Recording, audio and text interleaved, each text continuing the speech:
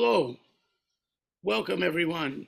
And I'm Bob Mover, and this is On the Real Side. And very happy to once again have with us uh, the wonderful, the great drummer Adam Nussbaum. Hey, Adam, who is sitting outside his lovely home in the wilds of Pennsylvania. Oh yeah, And in the hood of lovely College Hill. is that what they call it? Well, yeah. College Hill is the area where I live, and up the hill from where I live are all these, beautiful palatial estates, and I'm like in the hood of the hill. I see. Well, that's but it's very nice, even for a musician to own a home in this world. And Adam has worked very hard, and had a lot of fun doing it. But nevertheless, he's been very busy. I used to call Billy Hart the man who never sleeps. And, you had a period where, when the drummer is in demand, they are in demand, and so many cats want you because, unfortunately, as somebody said, there's so many drummers and so little time. But that was the Jay Canna line. Is that where it came from? Oh yeah, Jay Canna, man. He was so hilarious. I'm actually reading a book that was put together, I think, by his sister or daughter with all these little, anecdotes dealing with him. I mean, he was a great drummer, but he was absolutely hilarious. Yes, ladies and gentlemen, and now we'd like to play the Woodchopper's Other Ball. And I knew Jake pretty well also. When I was 16, I was actually a student of Richie Kamuka's.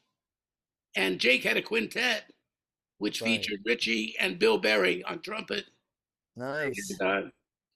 And Jake and various different bass players. I remember Russell George was one of them. And different pianists. Ross Tompkins was often with them. Dave Frischberg, those cats that were around, sometimes Don Friedman. Yeah. I would go regularly to the Half Note and listen to them and sometimes get to sit in with them. And Jake was the drummer for a Griffin show as well, where I would go to take my lessons with Richie. So they'd take me to Sardi's afterwards and maybe sneak me a wine spritzer. And I'd get to hear those cats hang out, and the humor was was incredible. Jake was just hilarious. He could have been a stand-up comic. He was funnier than most of the comics that appeared on the Griffin show. Nobody could top Jake. Well, he used to be a fan of the movies, and it said that he used to go all the time and was a big fan of W.C. Fields. And, you're affected by that growing up. But this book is wonderful. Hold on one second. Let me go get the book so I can show everybody what it is. All right, hold on one second. I'd love to see it. And there's Cosmo. Oh, Cosmo. Okay. Well, let's see this. Jay Canna, The Rhythm and Wit of a Swinging Jazz Drummer. Well, that was... Hal Leonard published this book, and it's just absolutely hilarious. So, there we go. Well, yeah, these cats had, the humor was such an important part of the whole thing. Like we were talking last time about the hang and hanging out, and also the movies had a lot to do with that. I mean, there was, and especially, the comedies. These cats had grown up on the Marx Brothers and W.C. Fields and Charlie Chaplin and these type of things. Laurel and Hardy. Richie Kamuka really liked Laurel and Hardy. And even when I was talking to Chet Baker about what he did with Bird when they were out in California, he said that he and Bird and sometimes Harry the Hipster Gibson would go to the movies, and they would see a couple different movies a day sometimes. And also people from that era have told me the songs. Sometimes songs would get on the radio from the movie if they were popular, but sometimes the song was in the movie, and then that's the only time you heard it. So you stayed and you saw the movie a couple times so you could learn the song. that you like from it? Sure. Yeah. Well, so much of the American songbook came from Broadway and movies, you know? That was a lot of it. Yeah. And well, one thing I wanted to do with you today, Adam, was when we talk about being busy, Adam has been, well, last week we saw his living room. We saw one wall, which was records that he's not on, which was very big. And then quite a large wall of just records that Adam has been on. And CDs. CDs, that's right. I still call them records. Anything that's recorded is a record. But Yeah, yeah. would a record just be an LP? I Then, don't have any cylinders. That was a little before my time. yeah, yeah, that was. Remember the kind you could fold up record player? I had a lot of those. Those were mine. You could take them from place to place and fold them up, and you had a fold up stereo. You know, they were so. One whole wall was Adam's records. For instance, I was going to Wikipedia, this little, you know, my research engine, and just finding what's probably just a fraction, you know, of the records that Adam has been on with all these people, you know, I mean, from, you know, John Abercrombie, Paul Bley, Brecker, Mike Brecker, Randy Brecker, Hal Galper, you know, it's just about so many. Steve Swallow, Konitz, even Rick Margitza, more modern players and people that you know, that you may have known a little less than that or more than that. But I thought what we might do is talk about these various experiences that Adam has had in recording with these different people, and kind of, you know, hear what you have to say about that, because I'm sure you do have a lot of beautiful memories. The first thing that comes up here, which, oh, they give it to you alphabetically, I see. Didn't know that. But, you know, John Abercrombie, who was a dear friend of mine, too. And I made my one free jazz record with Abercrombie and Paul Bley, where John had that Roland synthesizer that he had just gotten. And we were over at John's house. I would just go over and we would play duets together. And I had my soprano and played with the synthesizer and said, why don't we do something with this? And so I had been talking to Paul Bley. This is my own situation with John.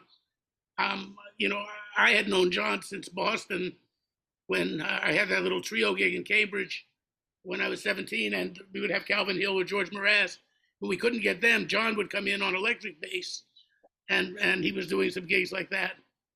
But, you know, we ended up doing this gig. Paul Bley had really wanted to play with John, and they hadn't played together, so I kind of hooked them up. And I said, well, let's get a band. I put a band together to go down to D.C. and play at One Step Down and do a little concert in the Pennsylvania Friends of Jazz for Steve Patton, you know, in that little jazz festival in York. But, you know, the band was John and Paul and Billy Hart and Ray Drummond and me, which Paul teased me about. He kept saying, you've gotten, he said, you know, Ray is a little not what I'm used to. It was an unusual combination, you know, and, you know, because I wanted to hear Paul play with somebody that really kind of played more straight ahead, which may or may not have been the best decision I ever made. But anyway, it turned out that we had a record company in Montreal just in time wanted us to record a trio with Paul and John and I. And I was ready to record standards because we were playing some standards, we were playing some free things. But Paul, you know, kept pushing me to play more and more of the free avant-garde things. He would say, join the avant-garde, Bobby, it's where the money is. And and you've also recorded with him. So the first two names, what's funny on this list is Abercrombie and then Bley. So they got along great. They played wonderfully together. And I don't think Bley and I played that great together, but John and I played well together. And I really liked, John was a very funny cat. He had, as I think we said last time, he had names for people like George Mraz, who was often kind of taciturn and down, who became George Morose. And, you know, he had He was a very witty guy. What was your experience with John like? Well, we had just a wonderful trio with a fantastic keyboard player, Dan Wall, who was originally from Atlanta, and he played great organ. And John had the idea that he wanted to do like an organ trio. He'd already had that very good trio with Mark Johnson and Peter Erskine. And Abercrombie and I was living in New York and we were, you know, not so far apart. And we'd had some different, I subbed with for Peter a few times in that trio. I was very, thrilled to do that. And John and I said, we love the organ. And John was thinking of somebody that, like him, somebody that was coming out of the tradition, but was not handcuffed to it. Somebody who was like understood the tradition, but was also a forward thinker. And Dan was great. And I was really happy to be part of that group. We did, I think, 3-4 CDs. We did one in New York at the Power Station. That was the first one. And then we did one in Oslo, where ECM did a lot of recordings. Then we did a live one at Visiones. And then we expanded the band with Kenny Wheeler, Mark Feldman, and Joe Lovano, and did another one. But, John was just a great musician and had great ears. And, it was just wonderful for me to be around him. He was very funny. And we just had good times, man. And we would, what was interesting was that trio with Dan, John, and I, we were all only children. Oh, So at one point we're thinking maybe we could call the band Only Children. And then we said, nah, that's a little too precious. But when I started playing with John, he had also kind of discarded using the pick. He started playing more with his thumb again. oh. And I used to call him Thumbo. And I also called him an explectorate because he stopped using a pick. Right. But John was a great musician. He understood the traditions, but he also, dug like distortion and, the power of the electric guitar. He had everything together from like Jimi Hendrix, Jim Hall to like, Wes Montgomery, Grant Green, Jimi Hendrix. It was all in there. Yeah, and he had And his own vision of all of them too, which was interesting because he never really it was imitated great. any of them, but they were No, all there. we're all the product of everything that goes in. The stuff we like comes out or not, the stuff we don't like doesn't.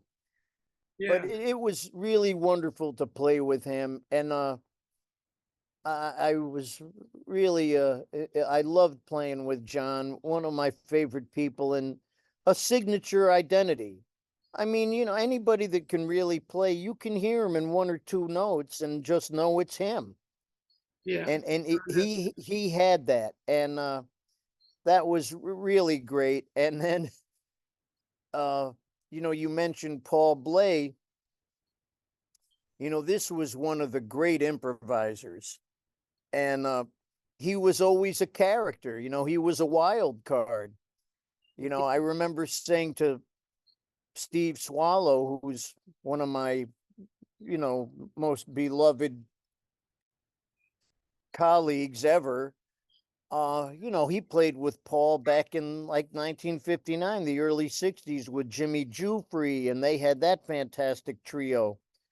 And I said to Swallow, I said, what's the story with Paul, man? I mean, where's he at, man? He goes, I don't know, Bum. I'm still trying to figure it out. He's like he's a unique musician. He was like a contrarian. If you guys played in, he'd play out. If guys were playing out, he'd play in. He'd always create a rub, do something different to kind of, upset the apple cart. Well, our But, very first conversation that I remember with Paul, I met him at the Union one Wednesday when they would have all the cats would go to the Union on Wednesday afternoon at Roseland and try to pick up a Saturday night club date or just hang out and see who was around. Get their And there was checks. Paul Bley in the middle of this. All these club day cats. The Jewish club day guys were in one corner, and the Spanish in the other, and the Italians in another, and then the jazz musicians all kind of off to the another side, cracking jokes and hanging out with each other. But and you would page somebody. They had this pager, and you would call somebody, and they would page you so your name would be heard. These kind of things. And then I said, "What's Paul Bley doing here?" But I'd seen Konitz there. He'd come down there, and once he sent me in even to sub for him on this commercial wedding gig that he had, and he got a jazz gig at the last minute. So he called me, and I asked Lee later. I said, "What did the leader say? Did he say anything about was he okay? Was my playing all right for him?" He said something funny. He said, "I said, what did he say?" He said, "All you jazz guys sound the same." But anyway, Bley is there at the Union. And, I'd recognize him because I had a photo of him. I said, "You're Paul Bley." We started to talk. And he started to say, people talk about playing to create. You ever think about playing to destroy? And I said, and that was our first conversation where he kind of explained that philosophy. Then he had a gig the next week, coincidentally, with Lee Konitz with Marshall Brown on trombone. And Marshall was kind of a very traditional. I know. Yeah, yeah. I mean, I know but just to explain to people. And he proceeded, Bley put that theory right to work on that band. Everything that they played, Paul destroyed. Yeah, And he would go the other way, to create, like I said, upset the apple cart. yeah, But he was fantastic. I mean, this was, he's documented on so many incredible records, playing so great. I mean, Sonny Meets Hawk, incredible. That record, Paul Bley Footloose with Swallow and Pete LaRocca, that's one of the seminal piano trio records of all time. oh yeah. And that Sonny Meets Hawk, Mike Brecker and I used to practice quite a bit together. And one of the things we would do is sit and listen to his solo and All the Things You Are and go, Classic. What the heck is he doing? Right, And we would sit right. and try to figure out cadence by cadence. Well, this is what he played here. How does You that and everybody else. Yeah. That's a that's classic. That's Yeah, one we of were the all trying to classic figure that things. out. And, Yeah. in fact, he was the first person. Paul also, my daughter Emily has two godfathers, and Paul was one of them. But we became very close friends. And in fact, I found out his name was actually, when I was living in Montreal for a while, Paul's mother had died recently. And so Paul was getting his mail because they were selling his mother's house. He received his mail at my house. And I happened to notice that his first name, did you know, was Hyman? Hyman Paul. Well, I knew his last name was Cohen. Well, and his nickname was Buzzy. And they used to call him Buzzy Cohen. Well, the cats I knew in Montreal still called him Bley. I'm not quite sure, but his name might have been Cohen, but he was Hyman, Paul Bley. So, and he was a very business. He was someone, a lot of musicians do not like the intrigue of business. It sort of like sends them running the other way. They do it. We do it because we have to, because you have to feed your family. But nobody really enjoys business. Paul Bley liked it. He liked the intrigue of business. He liked getting. He was a very special individual, man. Very special individual. I mean, there's recordings of him with Bird in the early 50s. I mean, he was the go-to guy up in Canada when guys would go up as a single. Very often they would play with Paul, and there was a wonderful bass player. More than that, Adam, Paul was 16, 17 years old. And not only did they play with him, he organized the whole thing. He brought up Bird, Brew Moore, Jackie McLean, and I believe Sonny Rollins. All could come to Montreal, and Paul organized the band, the rhythm section, and the venue. So he was always doing that kind of thing, Right. And, and I would tell him, so Jaime, tell me, how are things in the avant-garde business? And he was, we would joke about that. He was also a very funny guy. In fact, he had the first answering machine I ever encountered was that day that I met him at the Union. We turned out we didn't live far from each other. I was living on Thompson Street, and he lived on the other side of the west, a little further west on Jane Street, I believe. So he said, "Hey, we exchanged phone numbers as people did in those days." And one day I was practicing, and I had kind of was taking a break, and I said, "Gee, I got to get out of here. I'll take a walk. Maybe I'll call Bley and see what's happening. See if he wants to have a cup of coffee or a glass of wine, like he mentioned." So I called the number he gave me, and I hear, "Hello." I say, "Oh, Paul, hi. I'm Bob Mover. We met at the Union." "Oh, uh-huh." And, you mentioned that we might want to get together. I was just going to hang out. I'd be near your house. Uh-huh. And then before he got any further, he said, "You have been talking to a machine. If you'd like to speak to the real Paul Bley, then you got to call later, or give me your number and I'll call you back." That was the first time I ever heard of an answering machine. And he always was the first to have machines. When they had that watch with people's addresses and phone numbers on it, he said, "Look at this. I don't have to bring a notebook to Europe anymore. Everything's right here on my watch." And, he loved that stuff. And Yeah, I mean, he was he had a very profound effect on a lot of people that became very popular. oh yeah, he did. I mean, Keith Jarrett and Pat Metheny, all these people, you know. Absolutely. One other thing Absolutely. about him, though, before we go on to somebody else, I was just thinking the other thing about Paul that was so striking was when you got to know him, he was, he had this very far out appearance, like dark glasses and the avant garde and kind of aloof and cultivated a certain persona. But when you knew Paul, he was a real devoted family man and husband to Carol and the children. And, you'd go up and visit him in Cherry Valley, and he was like your normal dad, just trying to hang out. And so there was that side of, someday, Paul, I'm going to blackmail you and tell everybody how normal you are. Many facets to Mr. Cohen. Yes, Mr. Yes. And then, of course, it's funny, the next name on this alphabetical list, which I hadn't realized was alphabetical, is our friend Mike Brecker. And, we both had quite extensive experiences with Mike. But why don't you tell me how you began your relationship with Mike and what that was like? He was such a beautiful cast. Yeah, Mike was just such a sweetheart. Very, very, very humble, very self-effacing individual. Mike was really devoted to the craft and the art. He really worked hard. We have to remember Mike was the baby brother in that family. Right. So, and there was a sister in between, Emily, who was from what I understand, Mike used to say she was the best musician in the family. Uh-huh.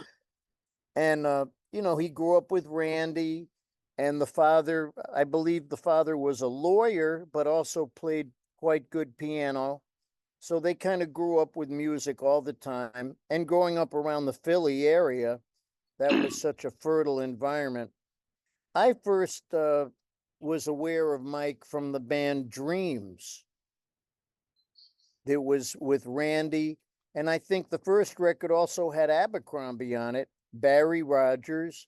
The band, I believe, was put together by a keyboard player named Jeff Kent and a bassist named Doug Lubon, along with Billy Cobham, and a singer who actually was from my hometown in Connecticut, Norwalk. Eddie Vernon was the singer. And that first record, I heard that record, it was like, wow. It was like Blood, Sweat, and Tears, but on steroids. They were, because it was like a rock funk kind of band, but with a horn section. And, you could hear like the influence of James Brown and that kind of stuff. And Was in there. Sanborn in that version of the band? No, No, In the second version, right? no, he was not in Dreams. Well, at one point he was, Well, because not that I know of, not on the two records that I'm aware of. But, it also was my introduction to Billy Cobham. And this was before Mahavishnu Orchestra. But, so I knew about Mike. And then I knew about Mike when I moved into New York, 75, 76. I'd be going out to sessions all the time. And then Hal Galper had a quintet with Mike and Randy, Wayne Dockery, and Billy Hart. I remember hearing them quite often. And Sundays then at Sweet being, Basil, right? They were yeah, they a would regular do gig that. at Basil and a few other things. Right. And I was also, back and forth up in Connecticut in Norwalk. There used to be a club in Westport called the Players Tavern. You may have played there at some point. I think And I they played had a there. lot of people coming up there, and Galper played up there a bunch, and I used to go up and hear them. And I kind of got to know Randy, just being Mike and Randy, just being on the scene, being around New York. And the first time I got to play with Michael was, I think, in 1980 or 81 at the old 55 Grand Street. Scofield and Swallow and I had a trio, and we did a weekend there where one week we invited Randy to play with us, and the other week we invited Mike to play with us. And that was a lot of fun. That was the first time we got to play together. And then I remember specifically, it was in, I think, late 86, early 87. I saw Mike at the Bottom Line playing with Steps with Mike Maneri. Mike had always been in bands, like co-led bands, like either Steps or the Brecker Brothers with Randy, but he had just recorded the first record that he did on Impulse called Mike Brecker that had Metheny, Kenny Kirkland, Charlie Hayden, and Jack DeJohnette.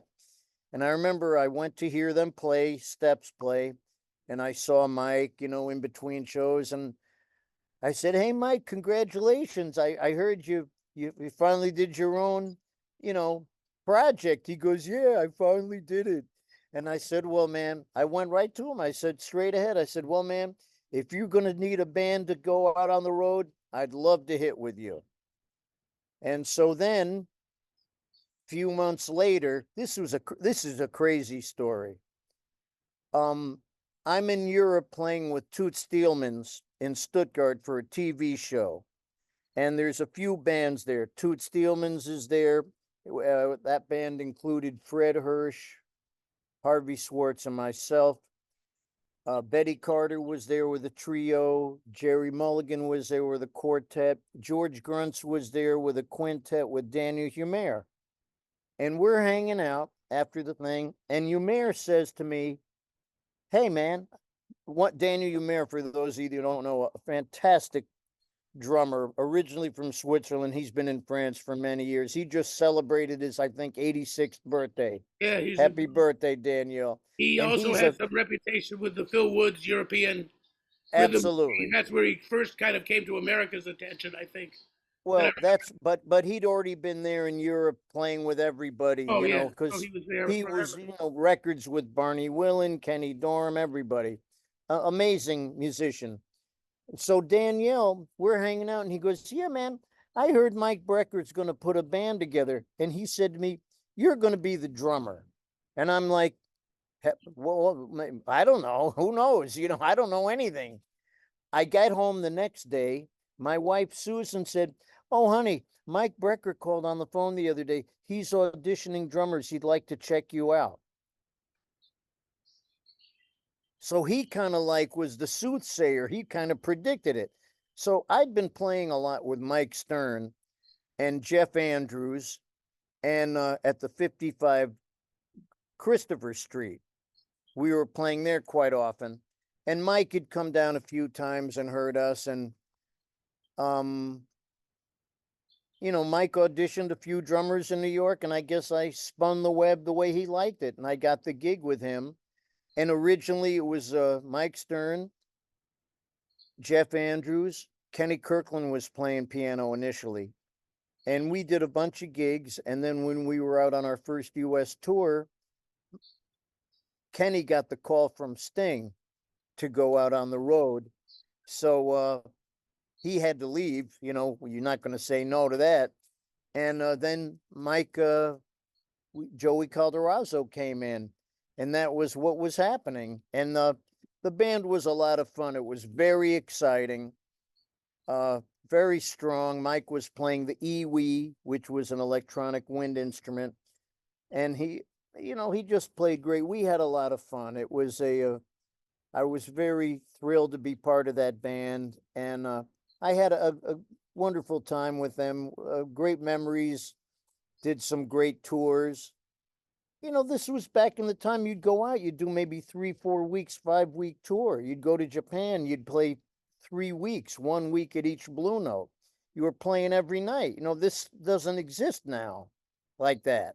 No, that's gone. And this is how bands get good, by playing every night and developing that intimacy, developing that trust.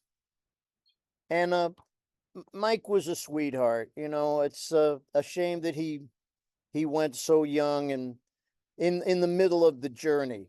You know, it's one thing when somebody passes away after a long, fulfilling life, but he was cut down midstream, and it's a shame. But I'm grateful there's some good music out there, and you know, every time I go on YouTube or someplace, there's somebody else posting something from somewhere, some gig, something.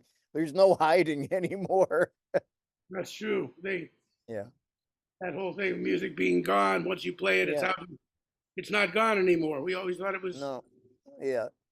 You It know, was a lot of fun. It was a lot of fun playing with Mike, and just a very, very sweet man. And yeah, I Mike's mean, sense of humor was very, was very funny because Mike was very serious, when it came to music.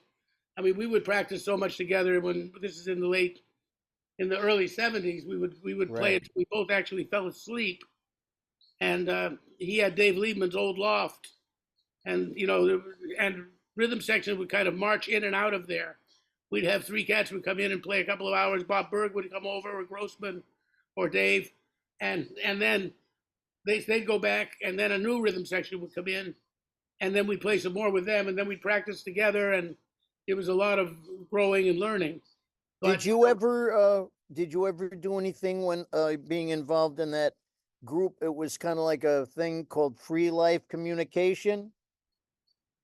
no, no, Okay, because Dave had kind of put together kind of like a name, Liebman, of guys where, and it was all that part of those, that whole, that was 19th Street, a whole tribe of people. There would be in and out and doing stuff. Yeah. no. I was kind of in my own. I think they liked me in a way because I was kind of outside of that. I was playing with Chet, and I was hanging with Lee Konitz a lot, and Sonny Right. Rollins. So And you were a cool guy, and they were more the free guys. They were playing more free music and stuff like that.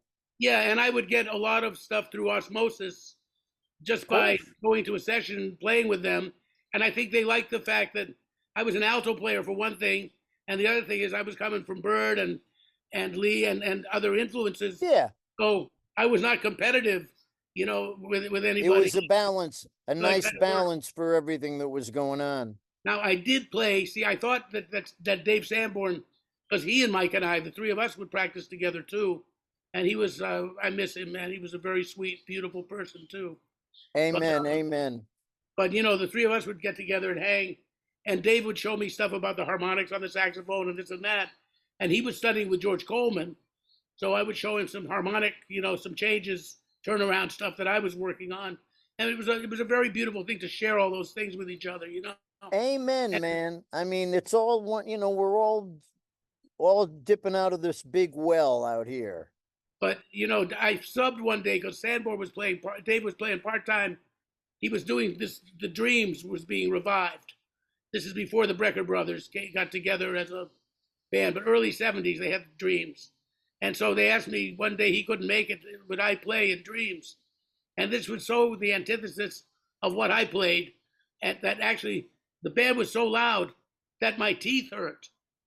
Yeah, it was like really weird. It was just so loud, and I didn't have earplugs or anything. I had never, it was just I was shocked. It was so loud, but Mike laughed and he teased me about that, and we had a good laugh over that. But the funniest thing that I remember Mike doing was very kind of later in life.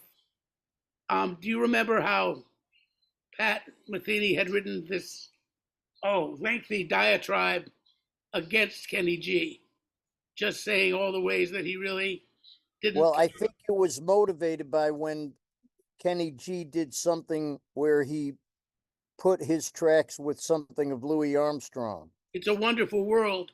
And it's like, he was saying, you stepped on hollow ground here, man. You shouldn't have done that.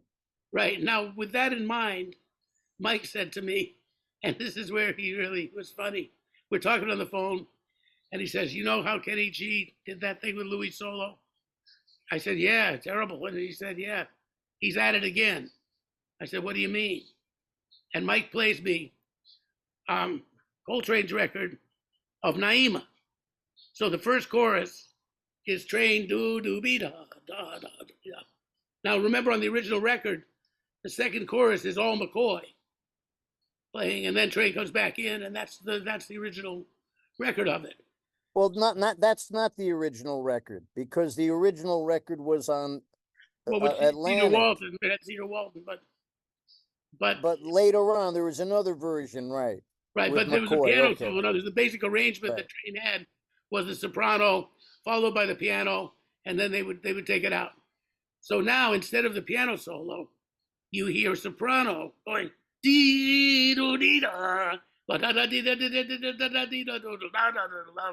going, and it's like Kenny G style soprano right there. It's Kenny G. I said, no, it can't be. And I start to get, no, he can't do that. Blah, blah, blah, blah. And Mike starts uncontrollably laughing. I can hear him falling on the floor on the other line. He says, it's so great. He says, it's beautiful. He said, I made this for Pat Metheny. Now you see all these he people imitated Kenny G is what he does. You see all these people doing these things with these jazz robots and these bots and doing all these shred things. Here's a picture I found the other day. I just had it here. A great picture from with Mike. Yeah. I don't know if you can see it. That's Mike with the towel on his head. I think we were in Israel playing a gig. That's me with the basketball. Our road manager, our road manager Jerry Wortman, Joey Colorazzo, our driver Nick Lay, the guy over with the shades over on the other side was Tony Romano, our sound man. Yeah, we had some very good times, man. Very good times, wonderful memories, and I did a fun project actually with Mike one time. I guess Jack DeJohnette wasn't available. It was a Japanese festival with Pat Metheny, Charlie Hayden, myself, and an orchestra. And we played a lot of the Klaus Ogerman arrangements that had been done for Mike. Yeah. And that was a lot of fun. It was a lot of fun playing with Charlie and Pat. We all had a very good time. I was thrilled to be part of that. Oh, yeah. I'm sure that was a lot of fun. Yeah. And, the big band. And Randy, I forgot to mention, I had done a bunch of gigs with Randy and Eliane Elias when they were married. We did a tour in 1984 of Europe, a quartet tour, Randy, Eliane, Eddie Gomez, and myself. And then we did a few gigs in New York at the Vanguard and 7th Avenue with Mike as a guest. So we had been doing a bunch of playing before, so it was a lot of fun. I mean, Mike and Randy, they just had such an amazing hookup. And I just feel very fortunate to be in such illustrious company. It helped to up my game for sure. Yeah, it would, and Randy too. Is that they're just both such. I mean, like as the Jewish would say, such real mention. absolutely. There are mensches. They're real mensches, and it was fascinating, to be. I mean, I was involved all in the family. I was playing with Randy, with Eliane when they were together. Then I was playing with Eliane. Then I played with Randy. Then I'm playing with Mike. Sometimes with, it was like So it was I a was little all real. family. It was sweet. You know what? I just had Randy on uh, this show a while back. What happened to Emily? The Was sister, she still lives, I think, out near Philly. so she's still around? Because I Yeah, didn't occur to me to ask about her. yeah. As Uh, far as I know, yeah, she's out there, and yeah. so and then you had there was a Hal Galper experience that you've had, and Hal is another great spirit, always kind of very quick witted and always showing you. He was always you could ask him questions about music and he would have lucid answers for you. For me, my first tour of Europe was with Scofield with Hal. And then I was also working a lot with Liebman during that similar time. And these were both, extremely high level musicians and also very articulate with being able to explain things. And so for me, as the rookie, to be around people that had more experience and were able to verbalize things and help me, it was very, very beneficial for me. I mean, it helped to give me insight as to not just what and how, but that big question, why? Hmm. Why do you play it like Because we hear people all the time. You got a brain, you see what they're doing. You can figure out how they're doing it. But then maybe to get a little bit more insight as to why it's going on and how it's working within the entire situation. These were great things for me. I could see? And I was also in situations where, as a young guy, I was in situations where cats wanted me to hit. They'd already played with the best and the greatest and such strong people. I had a green light. It wasn't like I was working with a paranoid singer or something where everybody was like, keep it cool, stay down, stay down. They wanted me to go. You know what I mean? Like I say, I had a green light. I didn't have the yellow light, or caution. I was being, stimulated. And that was really good for me. I had to figure out as time went on how I could, bring it in and focus it according to the situation. But some people never get a chance to really hit.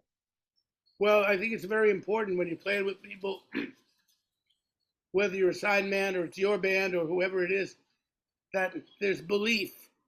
That you have to have faith in each other. You know, Right. I've often And played my best for when me, for me, it was so different playing with Dave Liebman than playing with Lee Konitz. right. Well, And, there it is. being very different playing with Joe Henderson than Michael Brecker. Very different playing with Lockjaw Davis than James Moody. I mean, and you have to know how to read the situation. And I think that was something that I was, you know, pretty astute at is, play what the music tells you. Don't have an agenda. Listen to what's happening around you and try to facilitate that to be the best that it can be. Yeah, that's a very good, I think, very valid approach to it. And when you do that, then the people you play with will know you can do that, and they'll believe in you. That you if you take it in a little direction they weren't expecting at that moment, they still know how far you'll go with it. Well, And the whole thing is it's first they got to know they can trust you. That's what I mean.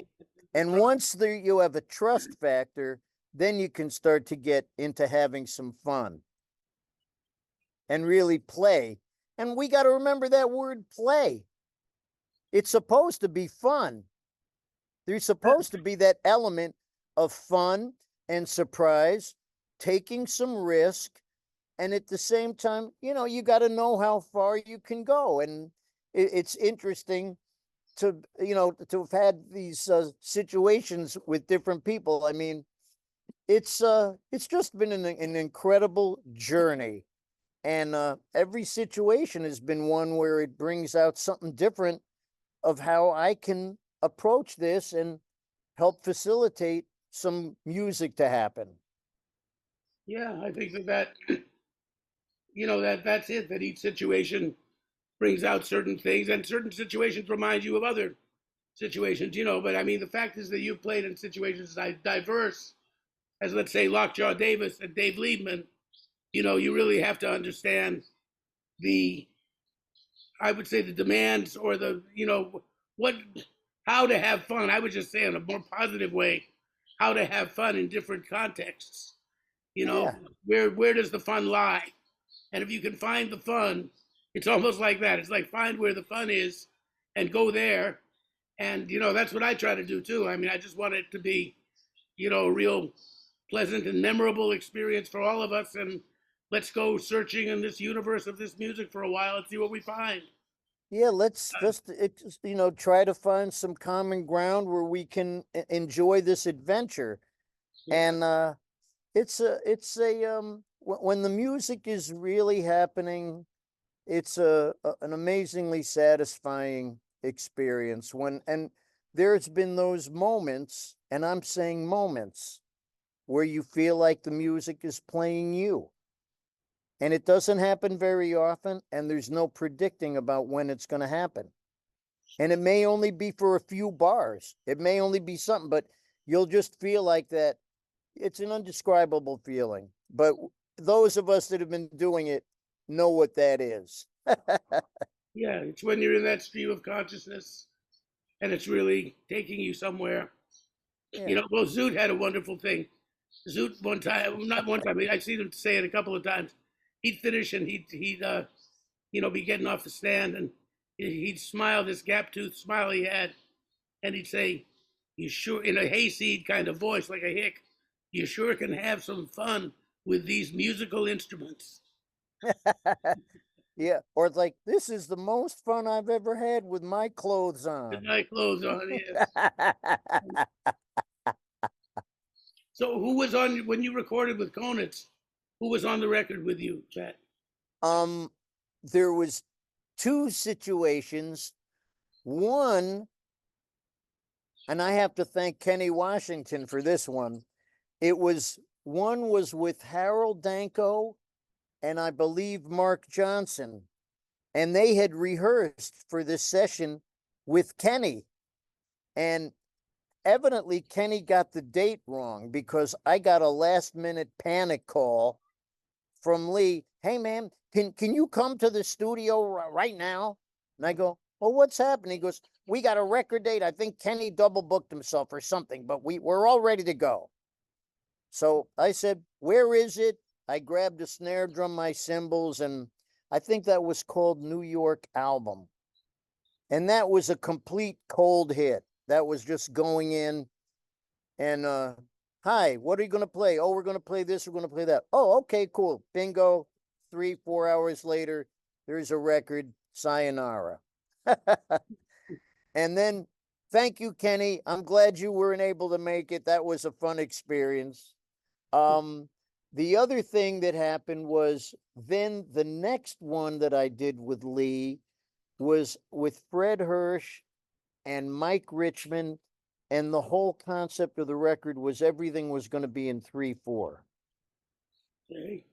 And that was Tio Macero was there at the session kind of producing it. And that was kind of interesting as well. Yeah, that must have been. We could talk a I little bit. wouldn't say he was producing, maybe he was reducing. I don't know what happened, but I mean, it was funny because, you know, Lee plays the way Lee plays. Right. And, you know, T.O. was going, come on, baby. Come on, Lee. Let's go, man. Let's go. You know, like, and Lee's going, what's this guy saying to me? What's he doing? I mean, this is my record. Let me do what I want to do. You know, it was Yeah. like, come on, Lee, play hot, baby. Play hot, baby. And I'm just thinking, this is Tio Macero. I said, did he pull this shit with Miles? You know, I'm wondering, you know, what was going on here. But I think at the end of the day, the record came out all right. You know, you don't know what's going to happen. I mean, we have to realize 95% of the time, you and I, when we make a record, it's a jazz record. You call the tune, they run the tape, you play it. Hopefully, you get a good take. You never have a second chance at that first take feeling. It may not be perfect, but everybody's really in the create mode. If you're having to do multiple takes, things are going to change. You may get diminishing returns. You may get more perfection and less inspiration. Who knows? But they're a photograph of a moment, and you hope for the best, and that's what it is. You know, you got different people. You got 4 different people in a quartet. You hope that everybody can find kumbaya and we can get something happening. You know, That's that about says it. You know, I think for every, you know, that you know, there was you know, now Joe Henderson. You didn't record with Joe, did you? But no, I mean, I did record with Joe in the George Grunt's concert jazz band. That was a hell of a saxophone section. We had George Grunt's, he was the piano player, and he always would put together these international bands I where he'd remember those get bands. people from all over.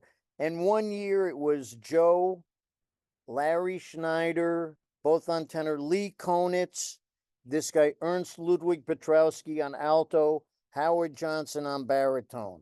That was the saxophone section. And you know, they were all different things. I did play a bunch of gigs with Joe, and there's a bootleg of it's, you know, something's now circulating around of 1994, I believe, at the Blue Note with Scofield and George Mraz.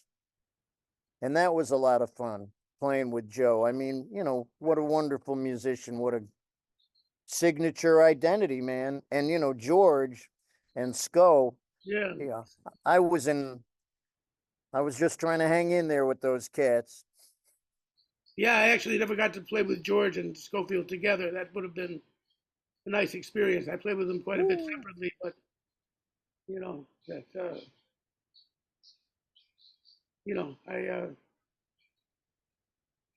well, yeah. I mean, I'm just thinking that was you know, John Scofield, um, and I go back to the late '60s when he was doing a summer course at Berkeley.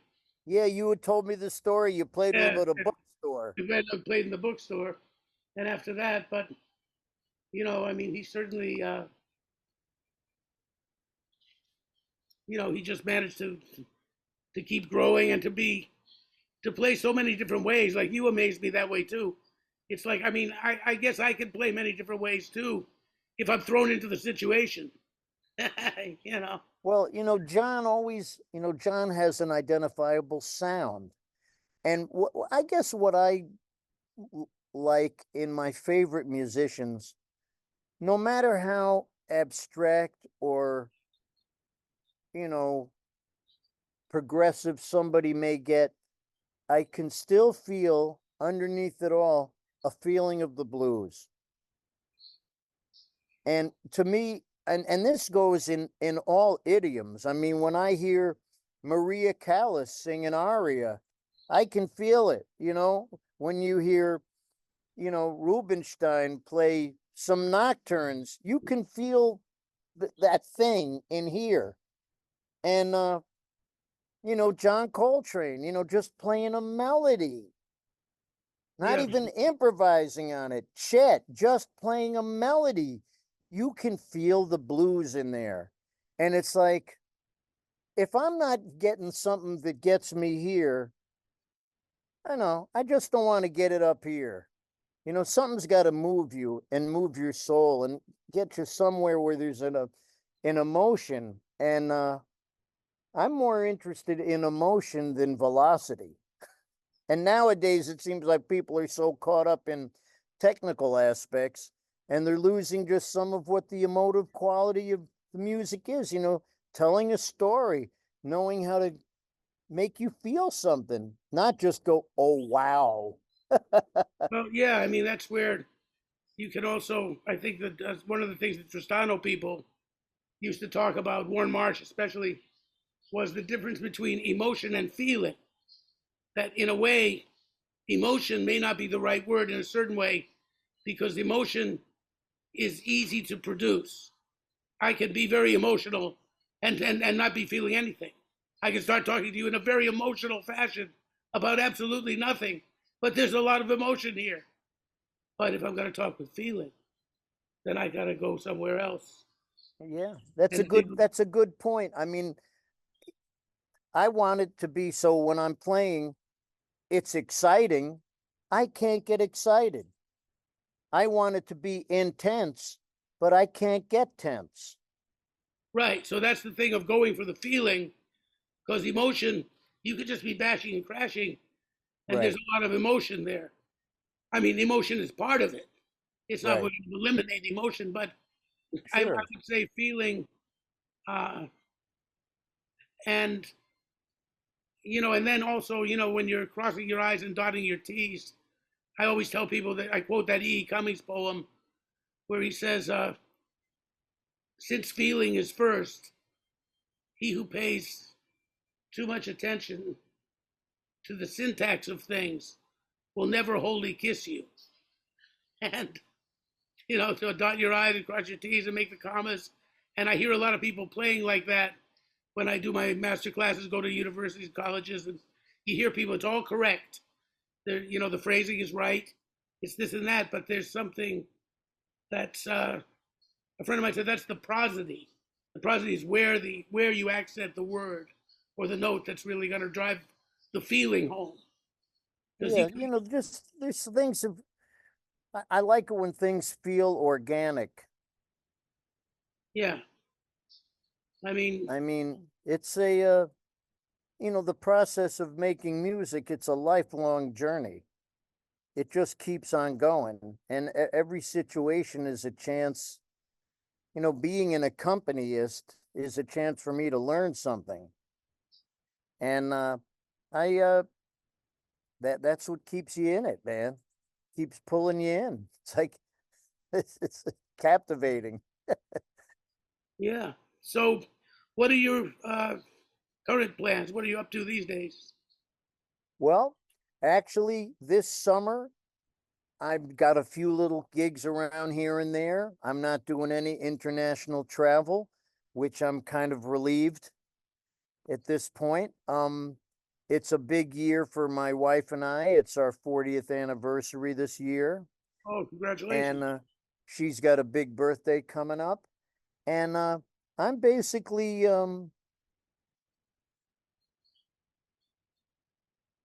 just letting her call the shots for this year. Sounds wise.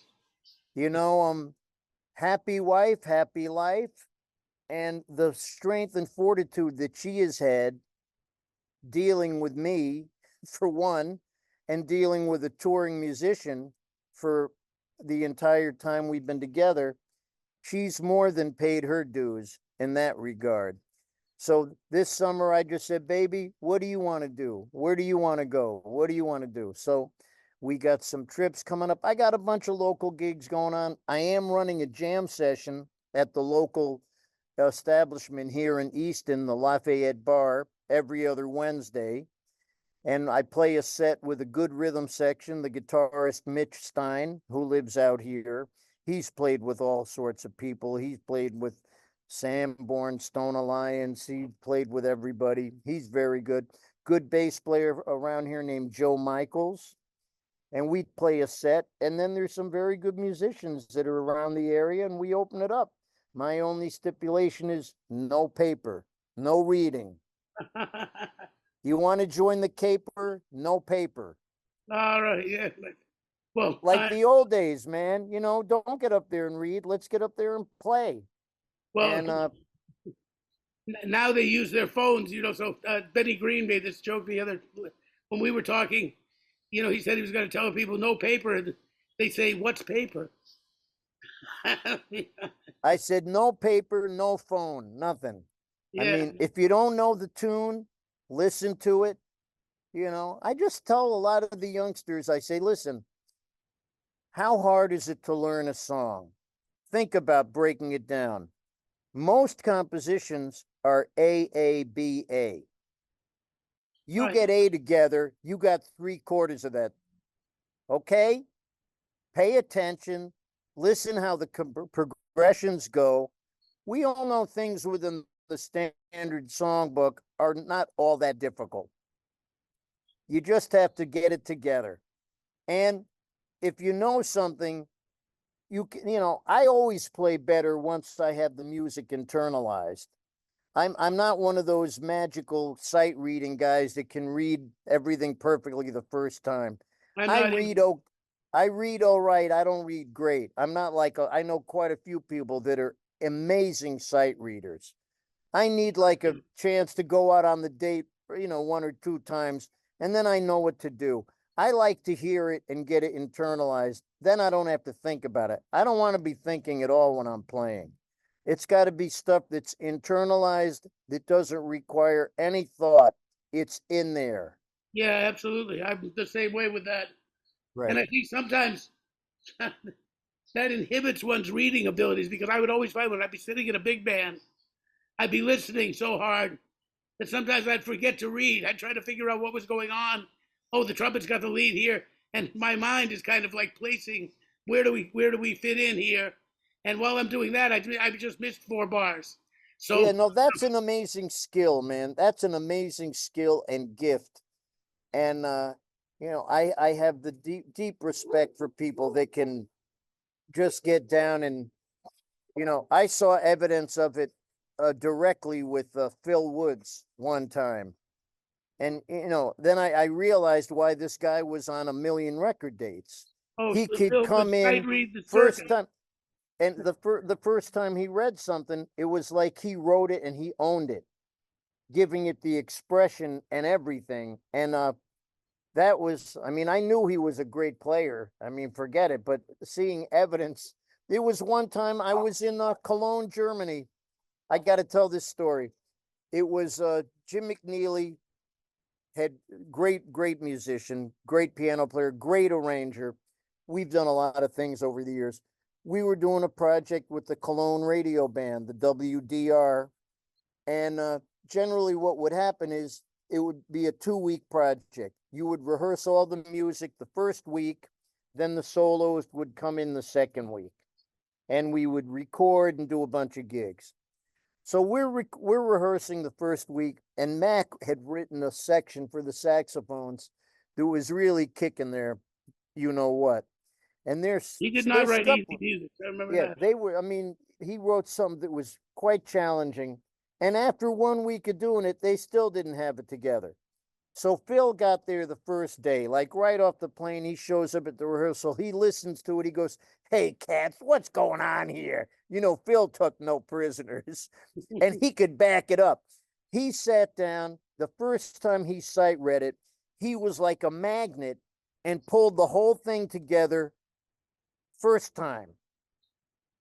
And he was like he brought everything together like a magnet. It was amazing. He pulled everything together first time sight reading it.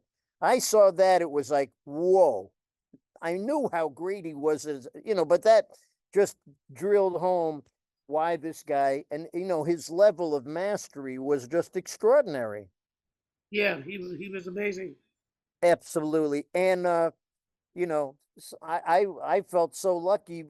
I got to go to Japan with him for 3 weeks when Bill Goodwin was expecting a baby. So I got to go to Japan and do all those 3 Blue Notes with Phil every night. And man, this cat, whew, incredible. Hal Crook was playing, McNeely, Steve Gilmore.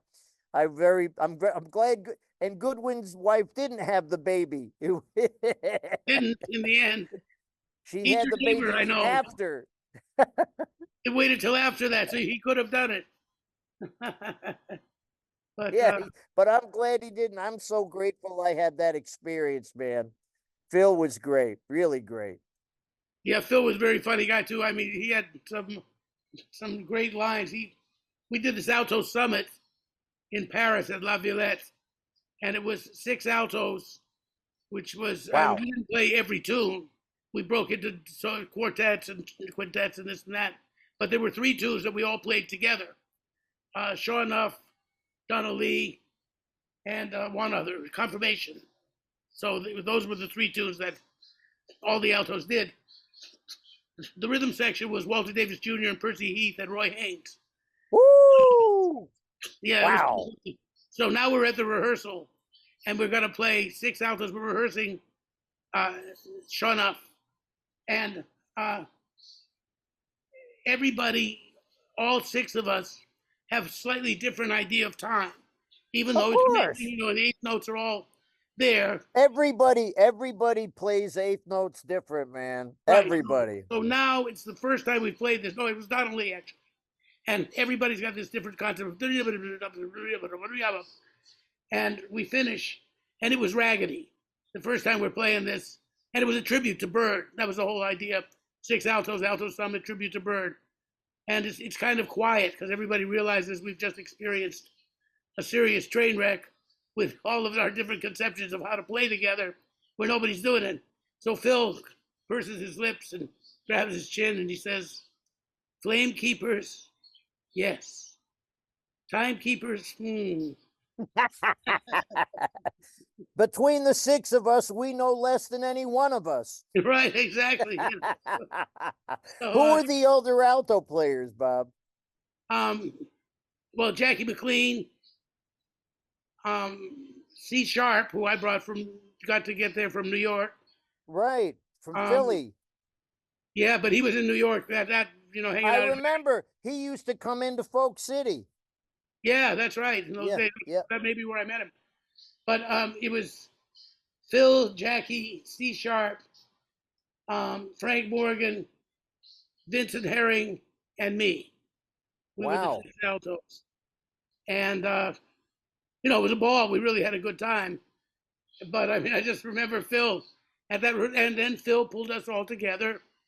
It was like the idea was to play, well, what we'll do, we need a lead alto player.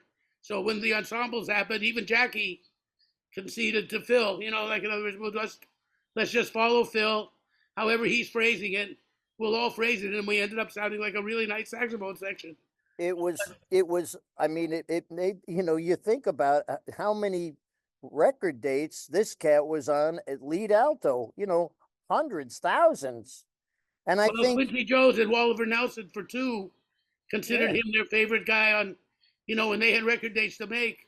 Sure. It was the first call cat, Yeah, yeah. And I think that was also another reason that he went to Europe, because he just wanted to play and not have to be doing all that studio work. And he had that great European rhythm machine, and that band was smoking, and they were playing freer, more open music and stuff. Yeah. Yeah, Ben Riley told me a story about Phil too. When they were they were in Europe touring.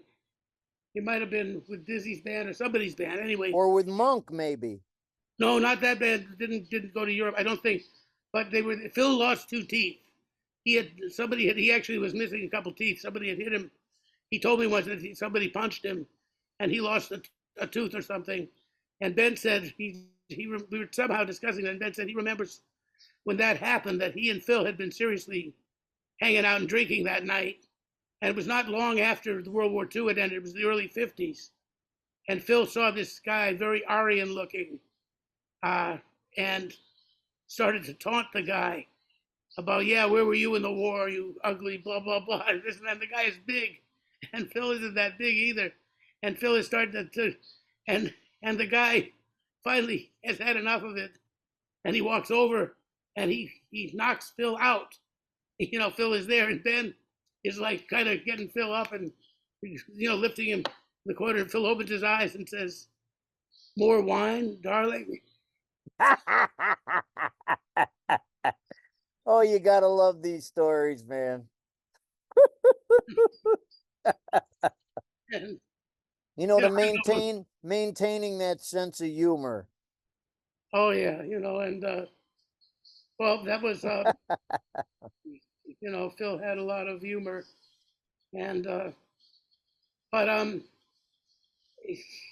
there, we've been fortunate, and you've been especially fortunate to have had all this variety. What a variety of experience you've had. It's been I feel very grateful, and I have to admit I'm spoiled. yeah. I mean, I bet you are, and you know, um, I guess there's so many nice things you can say about all of these cats. I mean, I did one record date a long time ago with I don't even think the record ever came out. Well, actually, it might have, but Steve Swallow was on it, and we had so much fun in just the couple tunes we played on it, and he was such a joy to play with, and even with the electric. I mean, the electric bass. He's beyond, any great musician to me is beyond the instrument.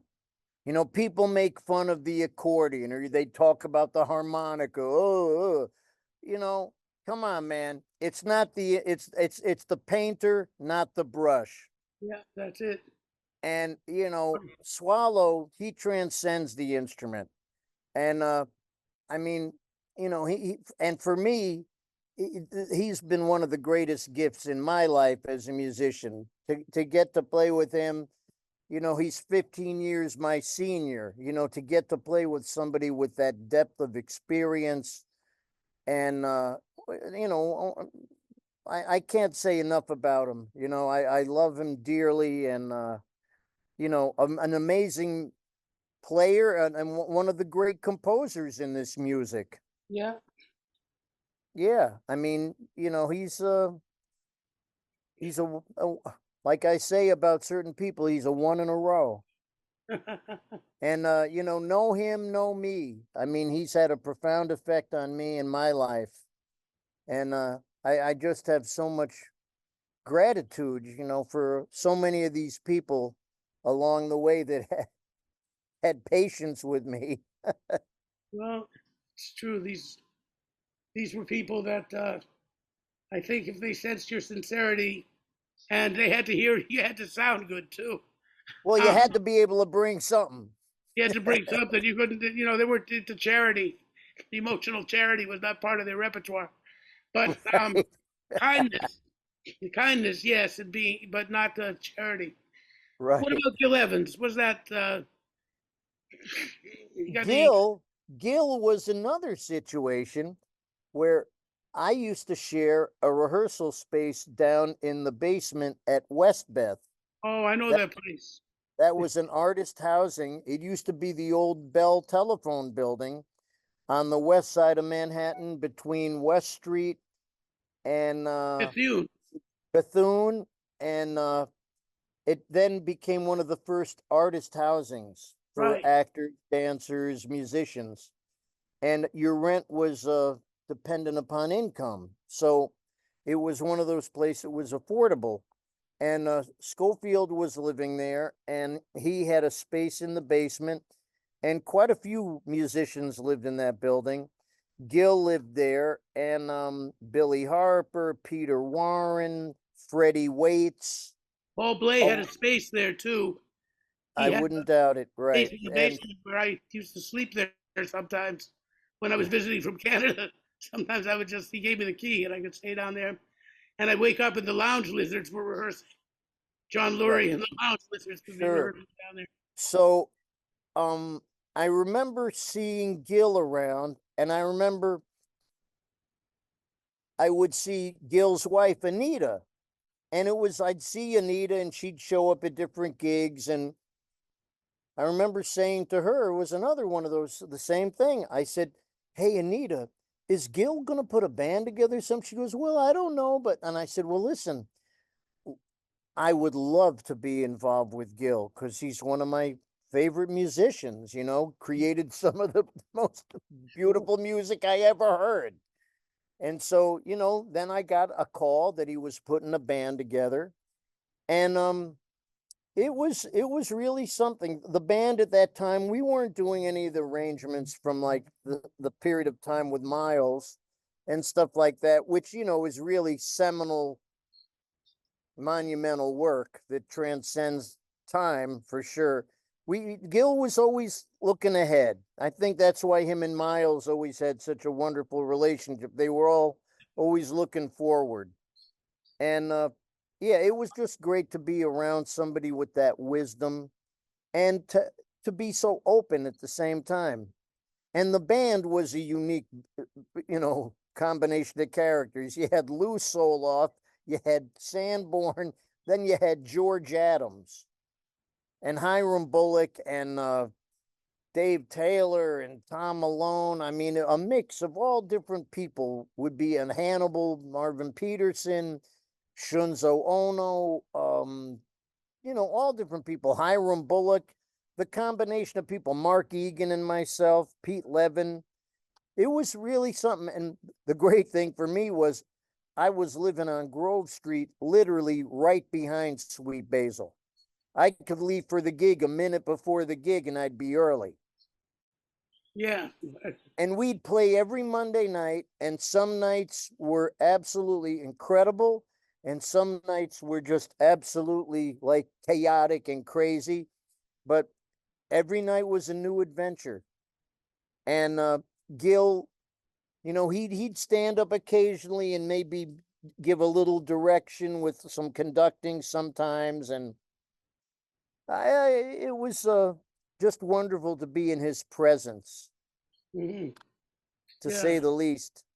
And the balance of the band, when the core band was there was a nice balance. Very often there'd be different subs coming in at different time, and it was amazing how the one or two people could just change the whole balance of the sound.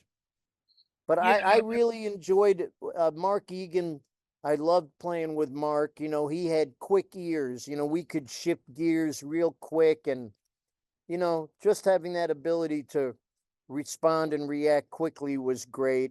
And Mark studied with me when he was a trumpet player really, at the University of Miami. Jerry wow. Coker brought me there when I just dropped out of high school. I would have been in my senior year, but I decided to spend it on the University of Miami campus hanging out.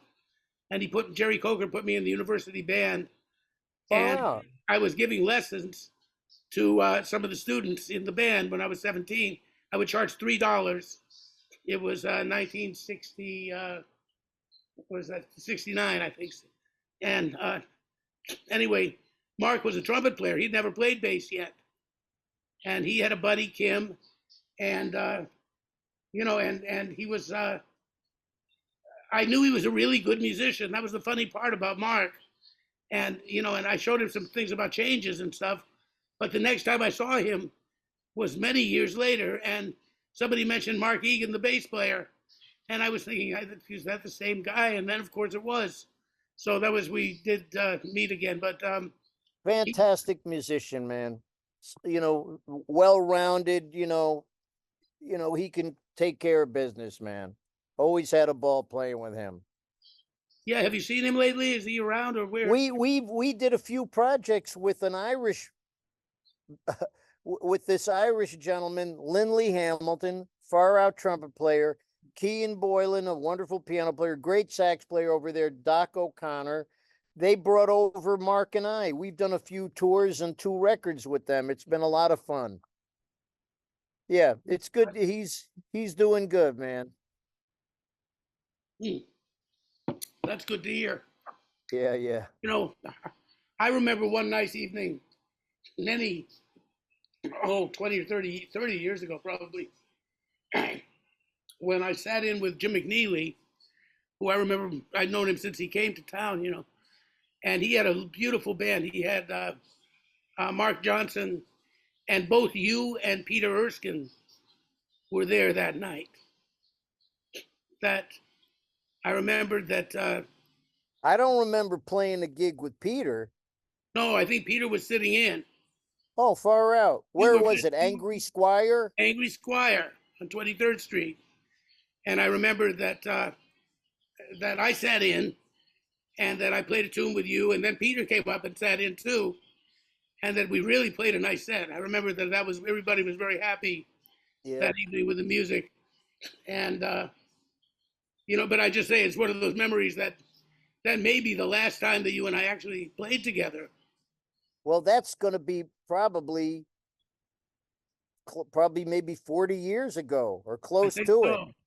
Yeah, because I never met Peter before, and we had a really nice time, and great musician, fantastic musician.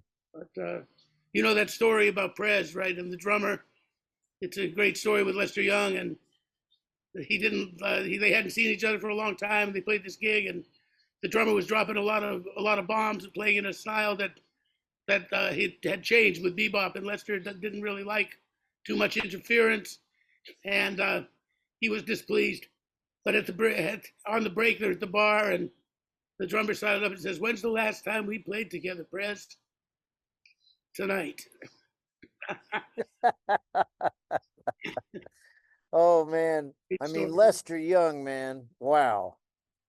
Future. He sounded like he was from the future. What can you say? He did, and it's too bad to have missed him. But I'm glad we caught who we caught. Yeah, that's what I figured too. I used to be lamenting when I was younger. Oh man, I wish I'd heard Bird. Wish I heard Clifford, Prez. I would have loved to have heard Train's band live. People, they talk about it. It was like a life-changing experience. But then I can stop and go, well, I got to remember who I did get to hear. Yeah, that's what. And sitting in the Village Vanguard, sitting along that wall, right next to the drums, and being able to sit next to virtually all my heroes and, be right there, like a foot and a half away. And I feel that, when you have direct contact, I may have said this before, there's no substitute for direct contact, no substitute for being in the room with the sound. And then, if you're lucky enough getting to play with these people, there's no substitute for that. It Lord knows it doesn't come out of a book. It's not the same with a video. I mean, it's great now with technology that we can see things and things are available for everyone around everywhere. But man, when you're in the room and you feel that air moving and the vibrations, it's indescribable, and it imprints into your being in a way that can't be replicated. Yeah, that's and these little moments that are history that nobody will ever know about.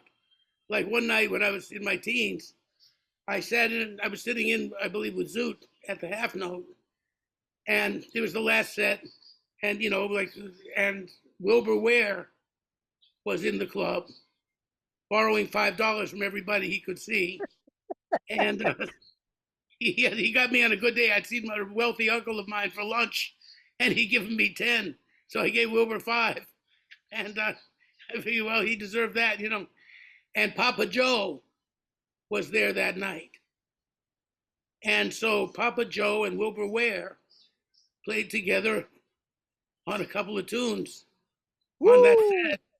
And I couldn't really play that well yet, but I got a piece of it, and I got, somehow that's part of me. It's in there, and having had little experiences like that, Papa Joe actually, it was a wonderful night. He took me afterwards. We hung out, and he was living, I believe, at the Alvin, or one of those midtown residential hotels that musicians stay at, and I bought him breakfast with my other $5 from my uncle.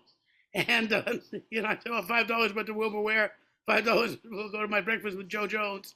Hey, man, you're paying for your jazz education, baby. That's it. That was my college. So my conservatory. So then he said, would you like to come up to my room? We can listen to music. And he had a fold up record player, one of those little things. And he played me Jimmy Forrest records. He said, after Lester Young, Jimmy Forrest was his favorite tenor player. And he really proceeded to tell me he was on the record too. He said, I really like the way I play and everybody plays on this. Listen to Jimmy Forrest. I bet you're not hip to him. And I wasn't. And then we spent the whole morning listening to records. He said, my door is always open. He said, I never lock my door. I remember he said that. And even in New York City, he was just fearless. And, you come by anytime. And so I made a friend in Papa Joe who, the one other thing with Papa Joe that I've told this before, but you would enjoy this a little bit before you got here because we just have that a couple of years between us. But still, the late 60s, Jim and Andy's. You probably caught the tail end of Jim and Andy's, maybe. That was just before me, man. Right, you missed it, right. Well, anyway, everybody would be there. It was like you walked into Jim and Andy's and all the cats on your wall in your room, in your record collection, suddenly. There they are. Like Alice in Wonderland, it was like, there it is. Oh, look at that table. There's Bob Brookmeyer. And he's talking to JJ, and look who's this and over here. And, and there was one spot at the bar where Joe Jones, Papa Joe, always sat. And you knew if he came in, that seat was basically his. And he had this very shiny head, much like yourself, but darker. So you could always tell if he was sitting there. Except I think he had a little bit of hair on the side. If he was completely clean, I can't remember that, but he was almost clean. So there was people would be hanging out and talking and this and that. And then somebody say, well, wait, shh, Papa Joe's going to give his blessing. And he would turn around because his back was to everybody. The bar faced like this way, and everybody else was facing that way with the table. Yeah. So Papa Joe get up off his bar stool, lift his hands in the air, and say, "You're all my children, all my children," and then sit down again. I had a few experiences, I used to go up and listen to him play up at the West End. Oh, yeah. He was doing that. And I remember seeing him on numerous occasions at Frank Ippolito's Professional Percussion Center, which was on 8th Avenue and 50s. Right. He taught up there. Yeah. And the other thing, I've told this story before, but it was an incredible thing to witness. Did you ever play The Bottom Line in New York? No, I know. I remember it, but I never got to play it. Well, The Bottom Line was like a large rectangular room, and you would enter over here, and then there was a bar along where you would enter, and then there'd be the bandstand. So I'm sitting near the doorway, and Buddy's playing that night, Buddy Rich. Mm-hmm. And I don't know, maybe this was 83, 84, something. And Buddy's like maybe 2 or 3 tunes into the set. And I see Papa Joe come walking in the door.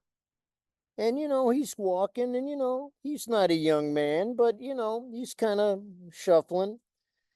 And Buddy evidently sees him. And so Buddy finishes up the tune. He goes, "Ladies and gentlemen, I'd like to bring a dear friend to come up and play drums with the band." Now, right away, the whole crowd is like, Buddy Rich is inviting up somebody else to play drums with his band? You can hear the whole crowd going. So a guy in the back of the room yells out, "Hey, we came to see you, Buddy."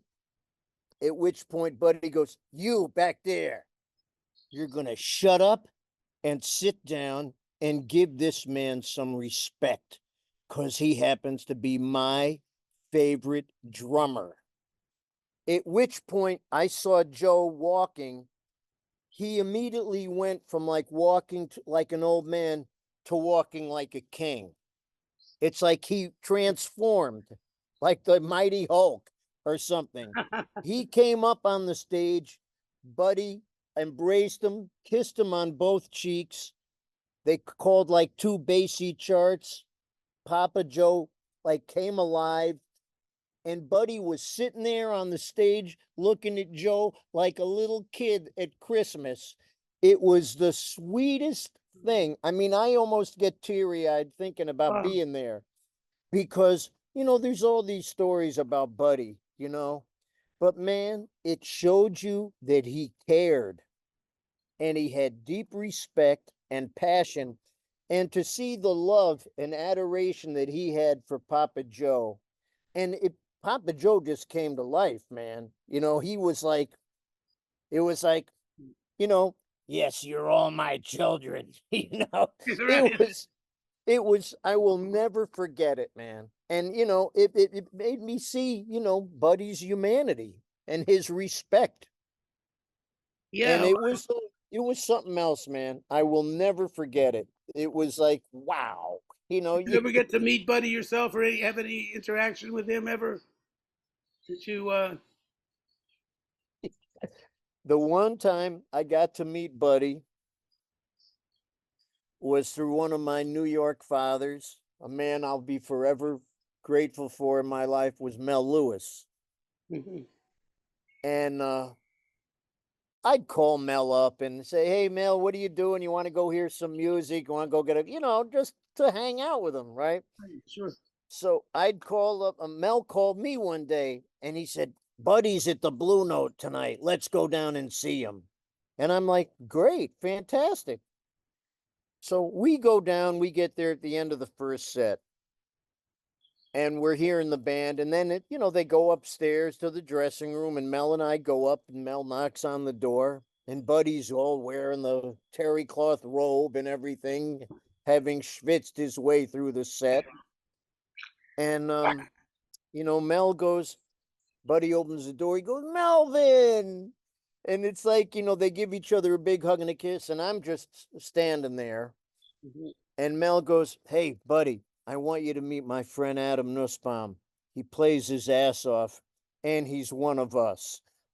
Meaning, you know, we're in the same tribe. We're Landsman. Jewish. Right. We're the Landsmen. So Buddy goes, yeah, come on in, man. Come on in. So I'm there and I'm just basically listening to them talk and everything. And I'm just absorbing everything. And, you know, the next set, we're sitting in the club and Buddy now knows Mel is there. And Buddy is just really playing in the band, no fireworks. And you can tell the whole public is waiting for Buddy to take one of those drum solo extravaganza things, you know, Right. where he can do and unleash what is no one else could do. But all Buddy really wants to do is just swing with the band and make music. And he knows Mel is there. So he's really playing in there because Mel, they had mutual love for each other. Buddy loved Mel, you know, and how could you not love Buddy? You know, he was undeniable. So then you can see the whole crowd is like, come on, Buddy, where's the fireworks? Where's all the pyrotechnics? So finally they're doing Channel One or West Side Story. And, you know, it breaks down where Buddy starts to do that boom, bing, boom, ding, boom, king. That slow accelerando where it's like becomes faster than the speed of light. And Buddy looks directly over to the table where Mel and I are sitting, and he's going bunk, bunk, bunk, bunk, bunk. Why am I doing this? And he proceeded to unleash because he knew everybody was waiting for the show. They were waiting for Buddy Rich, the showman. Buddy just wanted to play and be the musician. I mean, people forget that Buddy's on some of great records just playing brushes and swinging. He's on Bird with Strings. He's on Ella and Louie. He used to cancel gigs with his own band when Basie needed a sub It's like, forget my kids. I want to play with Basie, you know? Well, that trio record with Prez and Nat King Cole. Woo! I Is, mean, come on, man. I mean, Buddy's undeniable, Getz, you know. whatever. But that was my one time of getting oh, and here's the other thing. Buddy at that time was using a restored set of old Slingerland Radio King drums from the 30s. And I had picked up at like a little mom and pop music store a set from that vintage. And it had like a big 26, 28-inch bass drum. I couldn't use that. And I said, hey, buddy, I got a bass drum that matches your set. I'd be glad to give it to you because I can't use it. It's too big for me. I'm using it as a coffee table. And Buddy said, you'll give it to me? And he goes, no, man. Next time I'm in town, get with me and I'll trade you something for it.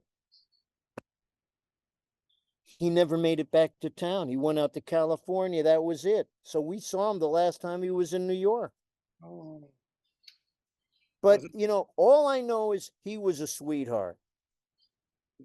And there's all those stories, and you hear him on those tapes, losing his temper, but everything he's saying is pretty much probably spot on. Well, that's what Turk Morrow told me. Turk was on that Right. band. Right. And Turk said that, for one thing, they weren't giving him the respect of that someone he reminds them of his history. Do you realize who I played with and this and that?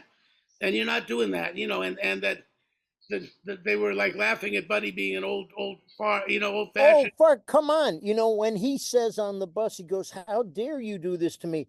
I've played with the world's greatest musicians. How dare you do this to me? Yeah. And truth of the matter was, he was probably the greatest musician they would ever play with.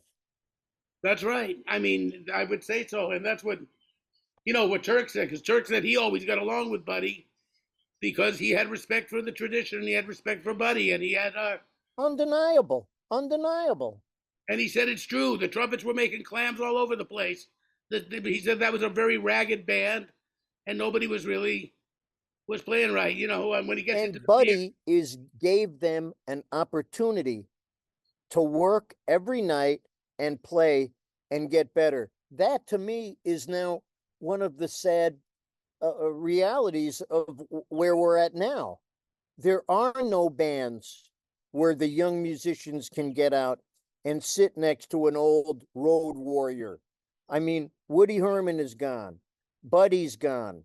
Basie's gone. Ellington's gone. Maynard's gone. And these were great places for the kids who came out of school to get real school. It's true, but we're thankful we got what we got. Hey man, I'm grateful every day. Look what you got, because we could all look at what we don't got, but what good is that? Yeah, right. But anyway, Adam, it's been a real pleasure. Man, we could keep this going on We could. like nonstop. But Bob, thank you for having me, man. I mean, this is very sweet. I just have a lot of gratitude, and I feel, grateful for what I've been able to receive. I'm trying to pay forward as best I can in these times. Doing it. Something else I'm going to try to find. Lewis Porter? Yeah, sure. Lewis has, that, what is that, on Substack or something, where he's always putting out some information to read. There was an amazing thing where he found an outtake from the Sonny Meets Hawk session of Sonny and Hawk with Bley. That record they doing Three Little Words. You got to hear this one, man. I'll send it to you. Oh, that'd be great. Thank you. I can Dropbox you the link because I got it. I got Dropbox for sure. Okay. Yeah, well, that was wow. If there's some stuff of Albert and that quartet, with you, me, and Dennis, and I'll see what I can find. But I got to digitize it. I got my wall of shame with all the cassettes. Right. Yeah, well, I remember we had a lot of fun, and that was sure a productive period for all of us. Woo! Man, I should have been paying all those cats. Well, that was our All right. conservatory. Anyway, That's it. Thank you, Adam. Thank you, Jesse. Thank you. Thank you, Jesse, and thank you all for tuning in to us. And if you like, I mean, we hope you would give us a like, as that really helps us keep this going. And we have such a good time with it. Viva la musica, and let's pray for peace in this world. All right. Yeah, let's do that. Please. So we'll all pray for peace for sure. And and once again, thank you, Adam Nussbaum, and thank you, Bob. You're welcome. Big pleasure, everybody. All right. And aloha out there in cyber world. Yeah, and until the next time, we thank you. Take care, everybody. Bye-bye.